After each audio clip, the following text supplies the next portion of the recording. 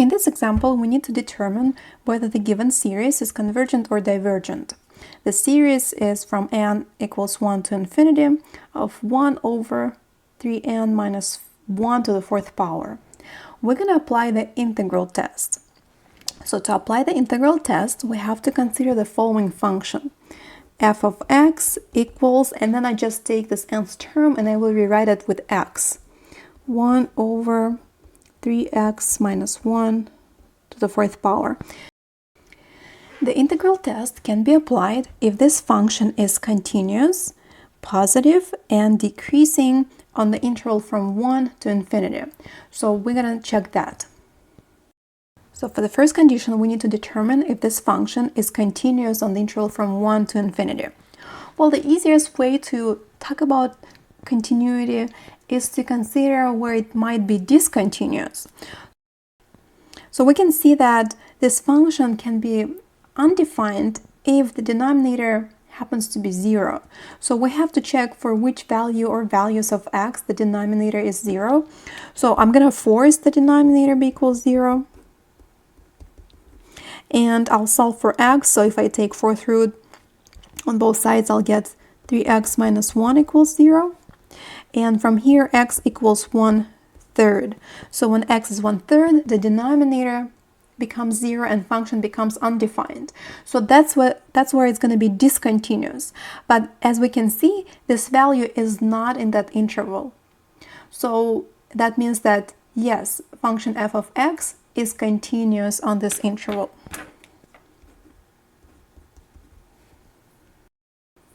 And I added a note here. So to determine if function is decreasing or increasing on a certain interval, we need to find its first derivative, which represents slope of a tangent line. And if that slope is negative, that means that function is going to be decreasing on the interval, and if slope is positive, then it's increasing. So let's find the first derivative. Let's see. Instead of using the quotient rule here, I'll rewrite it as 3x minus 1 to the power negative 4. And I'll apply chain rule, so it's going to be the power rule first. Negative 4, 3x minus 1 to the power minus 1, so it's negative 5. And then times the derivative of the inner function, so that's times 3. Okay, so let's rewrite it. I will put negative 12 in the numerator, and then 3x minus 1 to the power of 5 in the denominator. So that represents the slope of a tangent line at a given point. Now our interval is from 1 to infinity. So let's try to analyze what kind of values we get here on this interval. Well, we can see that the numerator of this expression is always negative. Always negative. How about the denominator? Once again, interval from 1 to infinity. So if I try 1, I get 3 minus 1, it's 2 to the power of 5. As I try 2, it's going to be 6 minus 1, so 5 to the power of 5. So it looks like as we take all those values, the denominator is always going to stay positive, right? Expression inside the parentheses is positive, and then raised to the fifth power, it's also going to be positive. On this interval, it's always positive. Always positive on the interval from 1 to infinity, right? The denominator. But then what can we say about the overall quantity? The overall quantity is something negative by something positive is negative. Negative on the interval from 1 to infinity. Since the slope of the tangent line is always negative on this interval, it means that function is going to be decreasing. So yes to the third condition. And once we can say yes to all three conditions, it means that we can use the integral test. And the integral test goes like this. We're going to set up the improper integral from 1 to infinity of that function f. So that's 1 over 3x minus 1 to the power of 4 dx. And if that improper integral is convergent, which means that it equals to a finite number, well, then our series is convergent. And if that indefinite integral is divergent, which means that it equals infinity, then the series is also divergent. Now, before I forget, let me make this important note. When we analyze the function or check conditions here, when we set up improper integral, we always have to work with function f of x, not function f of n. So I shouldn't see n's here because n represents sequence function, and sequence function is not continuous.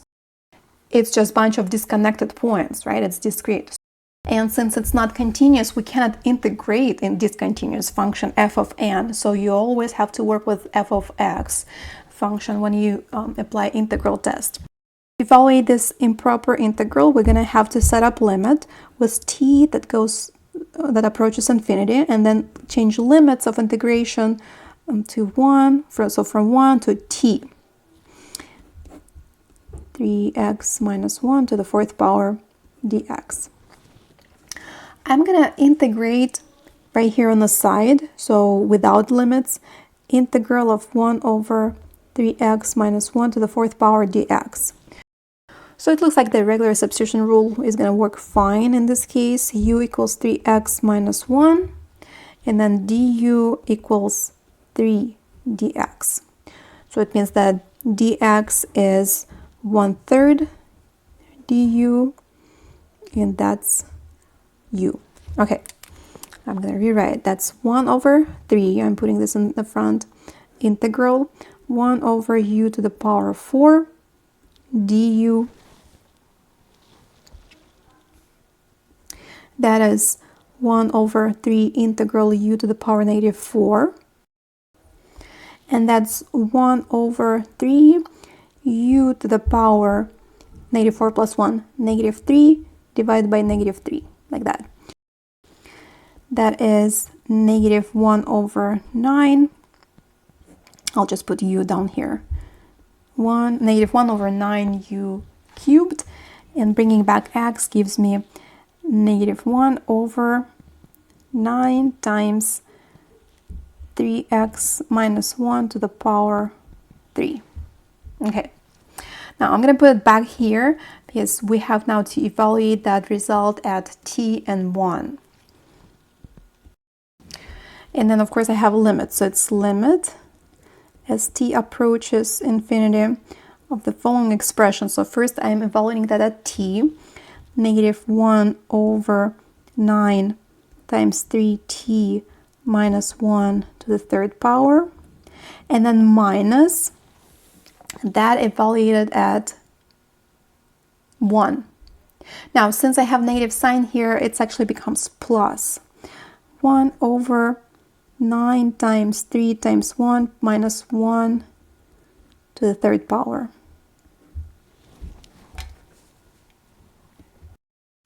As I apply the limit, as I put it infinity here, this first fraction approaches 0. So that approaches 0 since the denominator becomes infinitely large. Approaches 0, and that is just the constant, right? So it means that the result of this limit is that constant. So it's 1 over 3 minus 1, that's 2 to the 3rd power is 8, 9 times 8, 72.